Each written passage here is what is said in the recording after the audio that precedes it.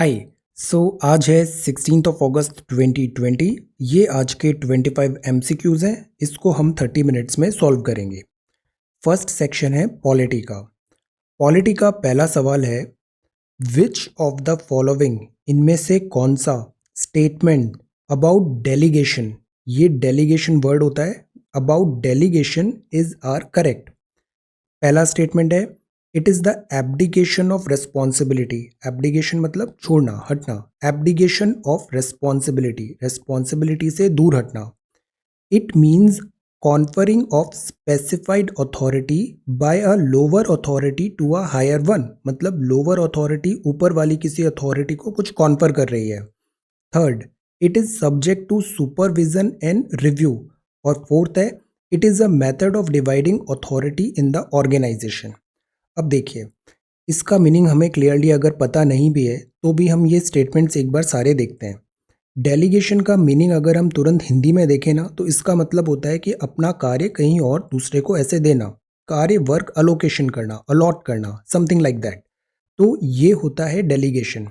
अब इसमें पहला जो वर्ड है डेलीगेशन है, ये अक्सर कॉन्स्टिट्यूशन में हमने लिखा है, पार्लियामेंट में वर्क डेलीगेट होता है, डेलीगेट्स होते हैं। पहला आंसर स्टेटमेंट है, it is the abdication of responsibility. तो ये तो स्टेटमेंट ही गलत है। ये रेस्पॉन्सिबिलिटी से दूर भाग रहे हो, तो क्या पार्लियामेंट ऐसा कभी कुछ करेगी? ऑलरेडी ये नेगेटिव अंडरटोन है, तो ये तो होगा ही नहीं। तो फर्स्ट इज रॉन्ग, ये ऑप्शन एलिमिनेट हो गया। यहाँ बात है कि लोअर अथॉरिटी हायर अथॉरिटी को काम बता रही है, ऐसा कभी होता है क्या? Work lower authority to higher authority, तो ये सेकंड भी नहीं होगा। तो ये स्टेटमेंट भी गया, ये ऑप्शन भी गया। सी, अब थर्ड ऑप्शन यहाँ पर भी है, यहाँ पर भी है, हमें इसका मीनिंग पता नहीं था, हम एलिमिनेट कर रहे हैं। नाउ थर्ड ऑप्शन यहाँ पर भी है, यहाँ पर भी है, इसका मतलब थर्ड स्टेटमेंट तो बिल्कुल करेक्ट है। It is subject to supervision and review, ये यहाँ भी है, यहाँ भी है, it has to be right. अब केवल इस स्टेटमेंट के भरोसे हमें बताना है कि ये क्वेश्चन का क्या करेक्ट आंसर होगा। So it is a method of dividing authority in the organisation. Organisation में सारा काम एक जगह तो हो नहीं सकता, वर्क अलोकेट करना पड़ेगा आपको अलग अलग अथॉरिटी में। तो yes, it is a method of dividing authority in the organisation, सबको वर्क आपने यहाँ अलोकेशन कर दिया। So the right answer is this C. यहाँ पूछा था करेक्ट स्टेटमेंट इसमें क्या है डेलीगेशन से related, so the right answer is this C. Third and fourth is the right statement. सो ये पहला सवाल है। Second question, look at this question, which one of the following, इनमें से कौन सा शेड्यूल्स ऑफ द कॉन्स्टिट्यूशन, ये कॉन्स्टिट्यूशन के जो शेड्यूल्स हैं, फेवरेट टॉपिक है, इससे अक्सर सवाल आते हैं। जितने भी शेड्यूल्स हैं ये सारे आपको याद होने चाहिए।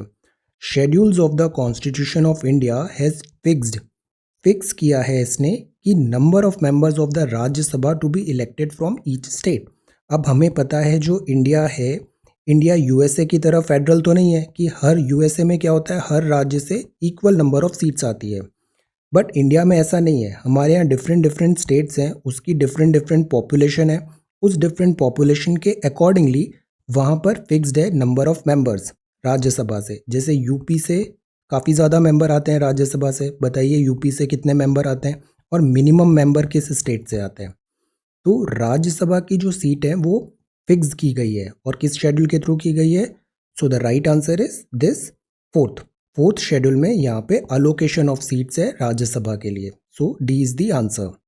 Third one, which one of the following can not लिखा है बी इंट्रोड्यूस्ड फर्स्ट, पहली दफा राज्यसभा में। राज्यसभा और लोकसभा यूजुअली इक्वल होते हैं सारे काम में, ऑर्डिनरी बिल एवरीथिंग, रिपोर्ट्स आती है, कैग की आती है, यूपीएससी की आती है, इलेक्शन कमीशन की आती है, ये सारी रिपोर्ट्स दोनों टेबल पे होती है। बट कुछ चीज़ें ऐसी होती हैं जो पहले राज्यसभा में नहीं आएगी, वो पहले लोकसभा में आएगी। तो answer this question, can not लिखा है, constitutional amendment, CAG report, annual financial statement, या फिर bill to alter the boundaries of any state. अब यहाँ स्टेट लिखा है, Rajya Sabha is something related to state, तो ये तो होगा ही नहीं होगा। कैग रिपोर्ट में ऐसा कुछ नहीं है, कॉन्स्टिट्यूशनल अमेंडमेंट में भी दोनों बराबर है, हमने पढ़ा है जॉइंट सिटिंग होती नहीं है, तो ये भी नहीं होगा, ए नहीं होगा, डी नहीं होगा। यहाँ बात है फाइनेंशियल रिलेटेड, हमें फाइनेंस बिल याद आना चाहिए, फाइनेंस बिल भी लोकसभा में पहले आ रहा था। तो फाइनेंस के जो मैटर होते हैं मनी से रिलेटेड जो मैटर होते हैं उसमें Lok Sabha is greater than Rajya Sabha. तो जो बजट आता है एनुअल फाइनेंशियल स्टेटमेंट, ये हमेशा पहले कहाँ पे आएगा? लोकसभा में आएगा, फिर ये आता है Rajya Sabha. Tabled first in Lok Sabha होता है। So the right answer is C, annual financial statement. Then ये फोर्थ क्वेश्चन है, consider this as a fourth question. Number 4, which one of the following statement about the all India service is correct? All India service, all India service 3 होती है, नाम बताइए कौन कौन सी होती है all India services. Now all India services में be created by an act of the parliament. किसी एक्ट ऑफ पार्लियामेंट से ऑल इंडिया सर्विसेज बनाई जा सकती है। यस, नंबर 3 ऐसे ही बनी थी। The endorsement of the Rajya Sabha is not essential for the creation of all India services. Now this is wrong. All India service मतलब वो कुछ कुछ फेडरल है, 28 स्टेट्स का कोऑपरेशन चाहिए, तो ये ऐसा तो होगा नहीं, तो ये नहीं होगा। The rules of recruitment to all India services are determined by the Union Public Service Commission. अब हमने यूपीएससी पढ़ा है, यूपीएससी होता है वॉचडॉग ऑफ मेरिट। यूपीएससी का काम होता है कि सेलेक्टेड कैंडिडेट्स लाना, मेरिट बेस में सेलेक्ट करना और उनको रिकमेंड करना सरकार को कि इनको आप ये पोस्ट दे दीजिए। अब इसकी जो सर्विसेज कंडीशन होती है, rules of recruitment to all India services, ये डिटरमाइन नहीं करती है यूपीएससी, रूल्स नहीं डिटरमाइन करेगी, ये इम्प्लीमेंटेशन एंड वर्क प्ले करेगी। तो this is also not true. Then the condition of services to all India services may be altered by the UPSC. No, conditions, rules, इन सब में यूपीएससी का ऐसा कुछ खेल नहीं है। ये जो होगा ये मिनिस्ट्री पार्लियामेंट के थ्रू आएगा। तो द राइट आंसर इस केस में क्या होगा? Act of parliament. जो ऑल इंडिया सर्विसेज होती है ये एक्ट ऑफ पार्लियामेंट के थ्रू बनती है। So the correct statement is a, fourth का ए है। Now this is the fifth one. 73rd and 74th constitutional amendment act बहुत इंपॉर्टेंट है। 73rd एंड 74th, 73rd है पंचायत और 74th है अर्बन लोकल बॉडीज के लिए। ये दोनों कॉन्स्टिट्यूशनल अमेंडमेंट के रिलेटेड कौन सा स्टेटमेंट करेक्ट है? पहला, यहाँ मैंडेटरी किया गया, मतलब एसेंशियल है ऑल स्टेट्स को to establish a 3 tier system of government. Yes, ये ट्रू है, बिकॉज इससे पहले जैसे हमने बलवंत राय मेहता कमेटी और इससे पहले जो दूसरी कमेटीज थी, तो ये सिस्टम था बट यूनिफॉर्मिटी नहीं थी, कहीं 2 टियर सिस्टम था, कहीं 3 टियर सिस्टम था। तो कॉन्स्टिट्यूशनल अमेंडमेंट ने यूनिफॉर्मिटी ला दी ऑल ओवर इंडिया। तो this is true. Representatives should be directly elected for 5 year. This is also true, 5 साल के लिए यहाँ पे चुनाव होंगे। There should be mandatory reservation of 1/3 of all seats, all लिखा है यहाँ पे, all panchayat at all level for women. ये स्टेटमेंट भी करेक्ट है। So the right answer is this 1, 2 and 3। तो ये पॉलिटी के 5 क्वेश्चंस हैं। This is about delegation, this is schedule, ये है राज्यसभा, ये है ऑल इंडिया सर्विसेज एंड ये 73rd and 74th constitutional amendment act. Score out of 5। Now next जो सेक्शन है that is this history. History में पहला सवाल है, who among the following was the real founder of Aligarh Muslim university? ये जो हम मॉडर्न हिस्ट्री में पढ़ते हैं, एक दौर आया था, रेनेसांस का आया था। हमारे यहाँ ये देखा कि जो ऑर्थोडॉक्स है और जो हमारी स्कूलिंग है, एजुकेशन सिस्टम है, वो वेस्टर्न एजुकेशन के कंपैरेटिवली नहीं है। तो हमें भी नया साइंस, मैथ्स और ये सारी चीज़ें पढ़ना है। तो इस टाइम पे बहुत सारे एजुकेशनल इंस्टीट्यूट्स भी ओपन हुए थे। तो फाउंडर ऑफ AMU कौन है? Answer this question. The right answer is Syed Ahmed Khan. Answer is B. ये क्वेश्चन नंबर 7 है। विच रिवर, कौन सी river is praised in the 5th century? 5वीं सेंचुरी में तमिल का जो एपिक है सिलप्पादिकारम, ये बहुत इंपॉर्टेंट है एपिक, इससे अक्सर सवाल आते हैं। This is very important. Sangam literature, Silappatikaram. इसमें से 5th सेंचुरी में कौन सी रिवर यहाँ पे प्रेज्ड है? पहला रिवर है कावेरी, गोदावरी, सरस्वती, गंगा। अब हमें लॉजिकली पता है गंगा नॉर्थ में है, सरस्वती भी नहीं है साउथ, गोदावरी भी थोड़ा ऊपर है और कावेरी जो है ये तमिलनाडु में यहाँ पे हो रही है और ये भी तमिल है। तो लॉजिकली अगर हम देखें तो इसका right answer this is Kaveri. Yes, Kaveri जो है ये काफ़ी ज़्यादा इसका इम्पोर्टेंस है और इसका रिलीजियस और कल्चरल सिग्निफिकेंस बहुत ज़्यादा है तमिल कल्चर में। So the Kaveri is right answer. 8th, industrial revolution. World history पढ़ते हैं हम, उसमें इंडस्ट्रियल रिवॉल्यूशन हुआ। इंडस्ट्रियल रिवॉल्यूशन मतलब पहले क्या होता था, आर्टिसंस थे, होममेड थे, डिसऑर्गेनाइज्ड वे में वो प्रोडक्शन कंस्ट्रक्शन कर रहे हैं। इंडस्ट्रियल रिवॉल्यूशन आया तो मशीन लाइन आ गया, प्रॉफिट कैपिटलिज्म आ गया, सिस्टमैटिक ह्यूज प्रोडक्शन होने लग गया, मार्केट बेस्ड इकोनॉमी, ये सारी चीज़ें आई। तो ये इंडस्ट्रियल रिवॉल्यूशन इंग्लैंड में सबसे पहले स्टार्ट हुआ 18th सेंचुरी में। अब इंग्लैंड ही क्यों? बिकॉज इंग्लैंड में फेवरेबल कंडीशंस थी। वो क्या क्या थी? Discovery of coal and iron deposits, coal है इंग्लैंड में, आयरन डिपॉजिट्स भी है। Yes. Discovery of steam power, steam engine किसने इन्वेंट किया था? Answer this question, steam power. Introduction of railways, yes, railways ने बहुत इंपॉर्टेंट रोल प्ले किया है इंडस्ट्रियल रिवॉल्यूशन में। इवन जो इंडिया है, इंडिया में भी जो रेलवेज इन्होंने लाइन बिछाई, उसका मेन पर्पज़ यही था कि वो अपने इंडस्ट्रियलाइजेशन के जो गुड्स हैं, मटेरियल्स हैं, इसको ज़्यादा से ज़्यादा मार्केट एक्सेस कर सकें और रॉ मटेरियल भी ये यूनिफॉर्मली वहाँ पे सप्लाई पहुँचा सके। तो this is also one reason. Regular supply of raw material, this is also one reason. जो क्वीन का एम्पायर था, उसमें ऐसा कहा जाता है वहाँ पे कभी सनसेट नहीं होता था, बिकॉज वो ऑस्ट्रेलिया, इंडिया, देन यूरोप और देन यहाँ पे यूएसए, सब जगह फैला हुआ था, तो यहाँ कभी भी सनसेट नहीं होता था, रॉ मटेरियल की कॉन्टिन्यूस सप्लाई होती थी। सो the right answer is this 1, 2, 3 and 4। ये क्वेश्चन नंबर 9 है। In what way early nationalist, शुरुआत में इंडियन का स्ट्रगल, फ्रीडम स्ट्रगल, जो शुरू के नेशनलिस्ट थे वो अंडरमाइन करते थे moral foundation of the British rule with great success. तो शुरुआत में हम देखें ना, तो पहले थे मॉडरेट्स, फिर वो बाद में एक्सट्रीमिस्ट होते हैं, फिर धीरे धीरे ये जो नेचर ऑफ रिवॉल्यूशन है ये चेंज होता है, फिर गांधी जी का अराइवल होता है अराउंड 1915। तो ये जो शुरू के नेशनलिस्ट थे ये अंडरमाइन करते थे moral foundation of British rule. क्या तरीका था इनका? Agitation of constitutional reform, open revolt करते थे? नहीं, ये जो मॉडरेट्स थे अर्ली, ये ओपन रिवॉल्ट तो नहीं करेंगे, तो ये तो गलत है। By seeking foreign help against the British, no, ये भी नहीं करेंगे, वरना ब्रिटिश यहाँ पे ट्रीजन एंड ऑल चार्ज करके इनको जेल में डाल देते, तो ये भी गलत है। By seeking the support of Indians living abroad, ये भी है, बट ये दौर बाद में आता है, अर्ली नेशनलिस्ट का नहीं है। So the right answer is, शुरुआत में जो थी हमारी क्या बात होती थी? Prayer and petition. हम कॉन्स्टिट्यूशनल रिफॉर्म्स की बात करते थे कि हमें ज़्यादा जगह मिलनी चाहिए काउंसिल में, हमसे पूछ के फिर नए लॉज आने चाहिए, all these thing. Responsible government होनी चाहिए, तो agitation of constitutional reform is the answer. ये 10th है। कल हमने पढ़ा था थियोसॉफिकल सोसाइटी के बारे में।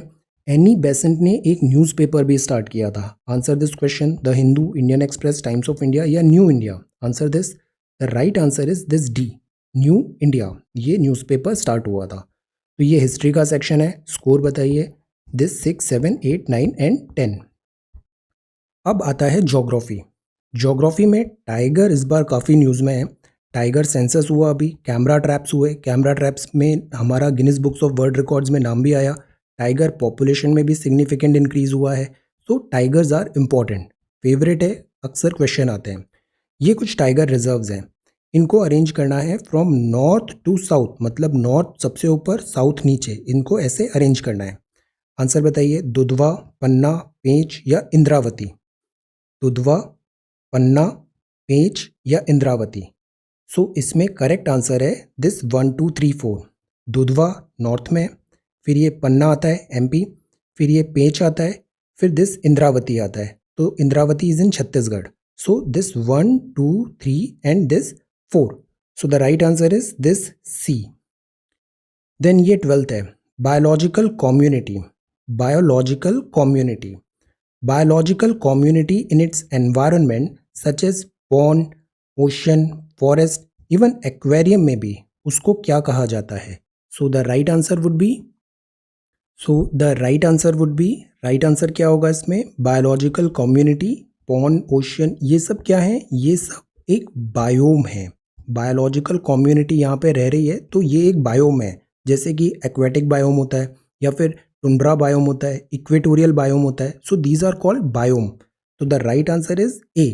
12th का A is the right answer. 13th बताइए, ये टीक है। टीक बहुत इंपॉर्टेंट ट्री होता है। वाई? बिकॉज टिम्बर के लिए इसका बहुत ज़्यादा यूटिलिटी है। फर्नीचर्स एंड ऑल टीक के बहुत अच्छे होते हैं। तो name the forest in which teak is the most dominant species. ये जो टीक है, इंडियन टीक फेमस है, दिस बर्मा का टीक भी बहुत फेमस है। ये जो टीक है ये डोमिनेंट स्पीशीज कहाँ पे होगी? डोमिनेंट मतलब मेजॉरिटी होनी चाहिए। तो क्या ये ट्रॉपिकल एवरग्रीन फॉरेस्ट है? एवरग्रीन मतलब होता है कि वो कभी भी लीव्स शेड नहीं करेगा। तो क्या ये ट्रॉपिकल ट्रॉपिक्स में एवरग्रीन फॉरेस्ट है? नो। ट्रॉपिकल थॉर्न, थॉर्न तो हमने पढ़ा था वो डेजर्ट तरीके वाले एरिया में होता है जहाँ पे ये एडेप्टिव वेजिटेशन चेंज होता है, एडेप्टेशन होता है। नो, ये भी नहीं है। स्क्रब तो नहीं है। टी तो प्रॉपर टिम्बर यूजेज है, तो ये तो बिल्कुल भी नहीं होगा। देन मैनग्रूव हमने पढ़ा है। मैनग्रूव फॉरेस्ट होता है कहाँ पे? Mangrove forest usually coastal area में होता है और ये फ्लोट करते हैं। These are different type of forest. तो teak again is not in this category. So the right answer is this C, tropical deciduous forest. ये जो फॉरेस्ट होता है ना, डेसिडुअस का मतलब होता है एक ऐसा सीजन आता है जब रेनफॉल से सफिशिएंट नहीं है तो लीव्स क्या होती है, वो ड्रॉप हो जाती है। तो that is called this deciduous forest. तो the right answer is C. ये 14th है। Ability of a population to increase under ideal environmental condition. Environment जो होता है ये डिटरमाइन करता है किसी भी स्पीशीज की पॉपुलेशन का। तो जब आइडियल एनवायरमेंटल कंडीशन है, पॉपुलेशन इंक्रीज हो रही है, तो इसको हम इकोलॉजी के टर्म पे क्या बोलेंगे? Natality, carrying capacity, biotic potential या एब्सोल्यूट नेटैलिटी। इसका जो करेक्ट आंसर है वो है सी। सी मतलब ये उसका पोटेंशियल बता रहा है, वहाँ पे एनवायरनमेंट में कितना बायोटा वो सपोर्ट कर सकता है। तो एबिलिटी है पॉपुलेशन का। अब यहाँ पे एबिलिटी लिखा हुआ था। ये एबिलिटी का मतलब क्या होता है कि कुछ क्षमता बता रहा है। क्षमता मतलब पोटेंशियल या समथिंग। तो अगर एबिलिटी लिखा हुआ है तो ये बायोटिक पोटेंशियल होने का ज़्यादा गैस वर्क करना है, तो ये ज़्यादा प्रोबेबल आंसर होगा even if you do not know the this thing. So that is why presence of mind is very very important. इधर से, यहाँ से, सप्लीमेंट्री आंसर से, वर्ड मीनिंग से, पेरिफेरल नॉलेज से, कुछ भी करके हमें तिकड़म करके we should be able to go to this correct answer because knowledge is good thing। ये फर्स्ट प्लेस में नॉलेज होना चाहिए, but at the same time ये आर्ट ऑफ सॉल्विंग एमसीक्यू भी बहुत हेल्पफुल होता है, ये भी काफ़ी ज़्यादा होता है। और जितना नॉलेज बढ़ता है ना, उतना ही फिर गेस वर्क भी बढ़ जाता है। गेस वर्क, अगर नॉलेज बहुत अच्छी है ना, तो गेस वर्क में भी आप बता दोगे कि ये तो होगा ही नहीं, ये होगा ही नहीं। So this also keep in mind. So ये एबिलिटी है। Right answer is this biotic potential. अब ये टर्म है एलोपैथी। एलोपैथी, इसका क्या मतलब है? इनहिबिट कर रहा है, रोक रहा है growth of one species by another by the production of toxin. कुछ केमिकल्स वगैरह हो रहे हैं, उससे कुछ स्पीशीज का प्रोडक्शन रोक कर रहा है। A, inhibition of this sporulation of pathogen by the host, altering the reproductive cycle of one organism by another, allopathy। inhibition of growth of one species by another by preventing reproduction, prevent हो रहा है। No, allopathy generally जो term होता है ना, ये chemicals and all में हम यूज करते हैं। तो इसका राइट आंसर है दिस ए। इनहिबिट कर रहा है, रोक रहा है ग्रोथ ऑफ एक स्पीशीज को, मतलब एक स्पीशीज है, उसने ऐसे केमिकल्स रिलीज कर दिए और वो केमिकल्स दूसरी स्पीशीज को ग्रो करने से स्टॉप कर रही है। That is called this allopathy. तो ये ज्योग्राफी इकोलॉजी के क्वेश्चंस हैं 11, 12, 13, 14, 15। Now let us come to economics. Economics का जो पहला सवाल है वो है अबाउट दिस करेंसी चेस्ट। हम बोलते हैं ना आरबीआई का करेंसी चेस्ट कितना स्ट्रांग है, या फिर बिजनेस कर रहे हैं तो आपके पास करेंसी चेस्ट कितना है, कितना आपका bank balance, this capacity etcetera. तो ये करेंसी चेस्ट होता है आरबीआई का। ये क्या होता है? Total count of total currency in the circulation. क्या इसको करेंसी चेस्ट बोलेंगे कि कितना मनी यहाँ पे सर्कुलेटेड है? नो। ये रिजर्व मनी होता है आरबीआई के पास? No. Special drawing right of India with IMF? No, ये चेस्ट नहीं होता है। This is not currency chest. So the right answer is the branches of selected bank authorise by the RBI to stock. Stock word लिखा है ना, word meaning, that is why so important. Stock rupee notes and coin. तो ये क्या हो गया? एक chest हो गया, strong room type, something like that. तो stock rupee notes and coins जो है, that is called this currency chest. तो right answer is D, currency chest, D. ये बात है इक्विटी फंड की। अभी कोविड-19 है, बहुत ज़्यादा फ्लक्चुएट हो रहा है मार्केट। इक्विटी जो शेयर मार्केट्स हैं, इसके भी हाल ख़राब है। तो विच among the following is correct about an equity fund? क्या होता है? इक्विटी फंड में फिक्स्ड रिटर्न्स आते हैं? नो, इक्विटी में फिक्स्ड नहीं होता है, इक्विटी में वेरिएबल होते हैं। ये प्राइमरली शेयर्स में होता है। ये इन्वेस्ट होता है दोनों डेट और शेयर्स में। ये अश्योर करता है ग्रोथ इन वैल्यू। ये तो बिल्कुल नहीं होता है, बिकॉज हम अक्सर देखते हैं इक्विटी में फॉल हो गया तो ग्रोथ की जगह नेगेटिव हो जाता है। फिक्स्ड रिटर्न भी बिल्कुल नहीं होता है। और जो इक्विटी होता है that is about this shares not debt. तो ये शेयर्स है। The right answer is this B. Primarily ये शेयर्स पे होता है ये इक्विटी फंड। ये नेक्स्ट क्वेश्चन है, which among the following can not, not लिखा है encircle, be called an anti inflationary measure. Inflation क्या होता है? कीमतों में बढ़ोतरी हो रही है ऐसे। अब इस बढ़ोतरी को हमें कम करना है। कीमतों में बढ़ोतरी हो रही है, क्यों हो रही है? मार्केट में ज़्यादा लिक्विडिटी आ गई है, ज़्यादा पैसे आ गए हैं। अभी RBI monetary policy newspaper discussion में हमने पढ़ा था, class 11th 10th macro economics भी हमने पढ़ा है। तो हैव अ लुक। अब ज़्यादा पैसे आ गए हैं मार्केट में, इसको हमें कम करना है। ज़्यादा पैसे आए हैं, इसको कम करना है, तो वो कहलाएगा एंटी इन्फ्लेशनरी मेजर। मतलब हमें मार्केट से जो लिक्विडिटी है उसको एब्जॉर्ब कराना है। ज़्यादा सा ज़्यादा पैसा मार्केट में कम करो, लिक्विडिटी कम करो तो इन्फ्लेशन कम हो जाएगा। अब रेजिंग द बैंक रेट बढ़ा दिया, मतलब जो आरबीआई ने बैंक रेट बढ़ाया है, मतलब ये जो दूसरे बैंक है आसानी से लोन नहीं ले पाएंगे, और अपना पैसा अगर आरबीआई में देंगे तो आरबीआई इनको ज़्यादा पैसा भी देगा। रेपो रिवर्स रेपो दोनों इंक्रीज हो गया। तो अगर ये होता है तो ये हेल्प करेगा एंटी इन्फ्लेशनरी मेजर में। तभी आरबीआई में गवर्नर साहब ने अभी क्या बोला था, हम एक हद के बाद रेट कट नहीं कर सकते वरना इन्फ्लेशन बहुत ज़्यादा बढ़ जाएगा। मतलब रेट कट और इन्फ्लेशन में इन्वर्स प्रपोर्शन है। Raising the reserve ratio requirement, again पैसा ज़्यादा आपने रिजर्व में रख दिया, मतलब हाथ का पैसा कम हो गया, लिक्विडिटी कम हो गई, good thing. Purchase of security in open market, open market से अगर सिक्योरिटी परचेज कर ली है ना, तो परचेज कर ली, अगर आरबीआई परचेज करेगी तो बदले में पैसा देगी, पैसा देगी मतलब लिक्विडिटी बढ़ जाएगी, तो ये तो नहीं होगा। लिक्विडिटी बढ़ जाएगी मतलब इन्फ्लेशन बढ़ जाएगा। राशनिंग ऑफ द क्रेडिट, मतलब पैसा एक राशन कर दिया है, ज़्यादा पैसा पैसा नहीं दे रहे हैं मार्केट में, लिक्विडिटी नहीं दे रहे हैं, तो ये भी एंटी इन्फ्लेशनरी मेजर होगा। तो राइट आंसर इसमें क्या होगा? सी।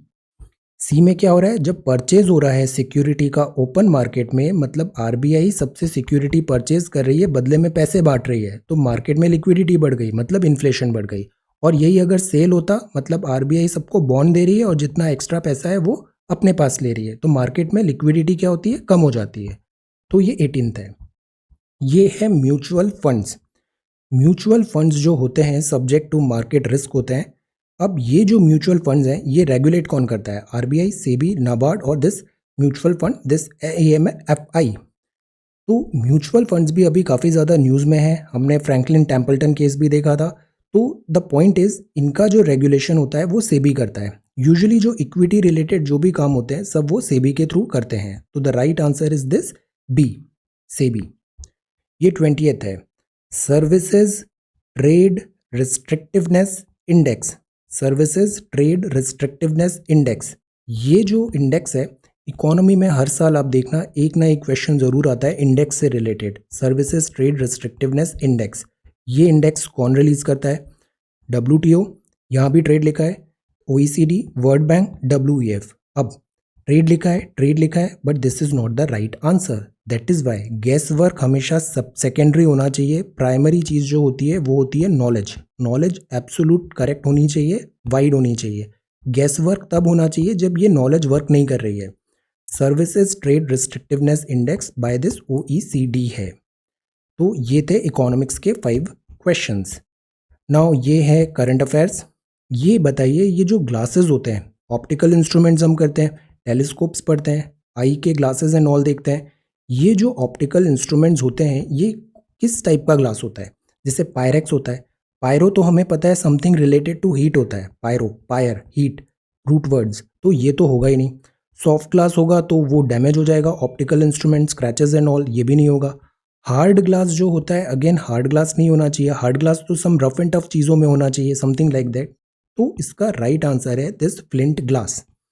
फ्लिंट ग्लास में हम पोटेशियम और लेड ऐड करते हैं, तो ये जो होता है ना इसमें ऑप्टिक्स बहुत क्लियर हो जाते हैं, क्लियर होता है, एबरेशन नहीं आता है, और इसीलिए इसको फिर हम ऑप्टिकल इंस्ट्रूमेंट्स में यूज़ करते हैं। तो the right answer is this flint glass. ये बताइए, अभी हमने कुछ टाइम पहले पढ़ा था कुरमा ऐप के बारे में। मोबाइल बेस्ड एप्लीकेशन है कुरमा, ये था टर्टल कंजर्वेशन के लिए। तो ये क्या मोबाइल बेस्ड एप्लीकेशन है Kurma? Is this true? Turtle alliance है, टर्टल सर्वाइवल अलायंस है। ये एक एक्शन ओरिएंटेड ग्लोबल पार्टनरशिप है जो वर्क कर रही है टर्टल डाइवर्सिटी हॉटस्पॉट्स में अराउंड द वर्ल्ड। ऐसे क्वेश्चंस अक्सर आते हैं कि एक कोई थीम है, रिपोर्ट है, उससे रिलेटेड एक दो स्टेटमेंट्स आ जाएंगे। तो ये फॉलोइंग स्टेटमेंट है अबाउट दिस कुरमा। तो कुरमा क्या मोबाइल बेस्ड एप्लीकेशन है? इसको ट्विस्ट करना होता तो कुरमा को रिलेटेड समथिंग इकोनॉमिक स्कीम बता सकते थे, something like that. This happens. तो ये जो कुरमा है ये ट्रू है, ये टर्टल कंजर्वेशन के लिए है और ये टर्टल सर्वाइवल अलायंस के लिए भी है। ये जो ग्लोबल बॉडीज होती है ये अक्सर इस टाइप के सवाल पूछे गए हैं। तो the right answer is C, both 1 and 2। ये क्वेश्चन नंबर 23 है। डे और उसका theme, this is also a favourite topic. International youth day अभी ऑब्जर्व हुआ था एंड अगस्त 12 में। इस बार क्या थीम था for the day? Answer this question. Theme क्या है? थीम फॉर द डे क्या है? इस बार जो थीम था इंटरनेशनल यूथ डे का, that was the C, youth engagement for global action. Engagement करना बहुत ज़रूरी है, इंटरैक्टिव होना ज़रूरी है। तो youth engagement for this global action was the theme for this year. ये काफ़ी फेवरेट क्वेश्चन है, फ्लाई ऐश। फ्लाई ऐश क्या होता है? जिससे thermal power plants and coal use होता है, तो बहुत बारीक बारीक महीन दिस पार्टिकल्स बचते हैं, that is called this fly ash. Fly ash. ये जो फ्लाई ऐश होता है ये फाइन पाउडर होता है बर्निंग पल्वराइज्ड कोल इलेक्ट्रिक जनरेशन पावर प्लांट में। This is a favourite topic. ये कॉन्टिन्यूसली डिफरेंट डिफरेंट एग्जामिनेशंस में पूछा जाता है।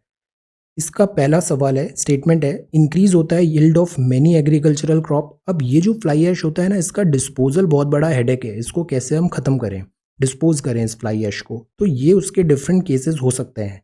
हम उसको एग्रीकल्चरल क्रॉप में यूज़ कर लें, yes.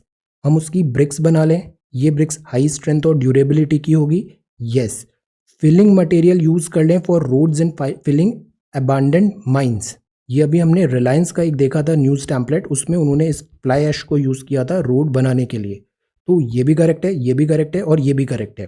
1 2 3 all are right. So the right answer is this D, 1 2 3। Fly ash is a very important topic. ये टोटलाइजेशन अग्रीमेंट है, ये न्यूज़ में आया था अभी यूएस के रेफरेंस में। इंडिया और यूएस के जो रिलेशंस हैं they are on rise, usually अभी काफ़ी बेटर चल रहे हैं वो। स्ट्रेंथ ज़्यादा हो रही है, कोऑपरेशन ज़्यादा हो रहा है, कन्वर्जेंस ऑफ इंटरेस्ट भी आ रहा है। तो इंडिया एंड यूएस ने अभी टोटलाइजेशन अग्रीमेंट समटाइम्स बैक न्यूज़ में था। ये किससे रिलेटेड है? Defence technology and trade agreement हम काफ़ी ज़्यादा यहाँ पे यूज़ कर रहे हैं, बट टोटलाइजेशन अग्रीमेंट उसके लिए है क्या? No. Visa for Indian citizens, अभी H1B वीज़ा एंड ऑल, ये काफ़ी न्यूज़ में इंपॉर्टेंट वन है, बट ये वीज़ा के लिए भी नहीं है। फ्री ट्रेड अग्रीमेंट भी न्यूज़ में है, mister Trump keep on saying free trade agreement and all, काफ़ी सारे बैरियर्स कम करो, ट्रेड दिस लोअर करो, टैरिफ, ये भी पर नहीं है। ये जो टोटलाइजेशन अग्रीमेंट होता है that is for this social security agreement. जैसे हमारे बहुत सारे लोग यूएस में जाते हैं, वहाँ पे टैक्स पे करते हैं, सोशल सिक्योरिटी एंड ऑल के लिए भी पैसा देते हैं।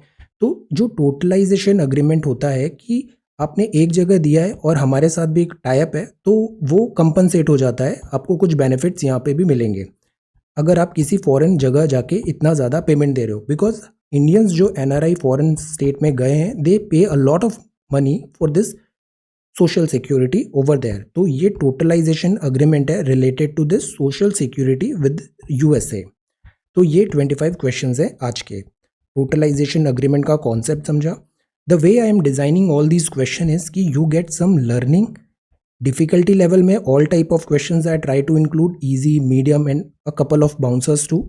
सो the idea is to make it a balanced way में, कुछ लर्निंग भी हो और आंसर क्वेश्चन का प्रैक्टिस भी हो और डिसिप्लिन और एक रूटीन आ जाए कि हम उस मोड में आ जाए, एमसीक्यू सॉल्विंग दिस मोड में। This is the whole purpose. तो ये टोटलाइजेशन अग्रीमेंट है, ये फ्लाई ऐश है, fine powder, international youth day, ये हमने देखा स्टेटमेंट्स, कुरमा, दिस टर्टल, टर्टल भी फेवरेट टॉपिक है। ये टाइप ऑफ ग्लास देखा, optical, service trade restrictiveness index, mutual funds, this is about anti inflationary measure, economics के कॉन्सेप्ट्स देखे। ये इक्विटी फंड है और ये करेंसी चेस्ट है। एलोपैथी, ये एनवायरमेंटल कंडीशन, दिस पोटेंशियल। ये है about teak, this is about tiger reserves, this is biome. ये है newspaper Annie Besant new India, this is about early nationalist का काम करने का तरीका। Industrial revolution is important, Kaveri river, Sangam literature, Silappatikaram important, Aligarh Muslim University, और ये पॉलिटी में 73rd 74th amendment very important. This is about all India services, Rajya Sabha, Lok Sabha, ये schedule है और ये डेलीगेशन है। So this is 16th of August 2020. Thank you so much for watching this video. Take care, study well and be safe.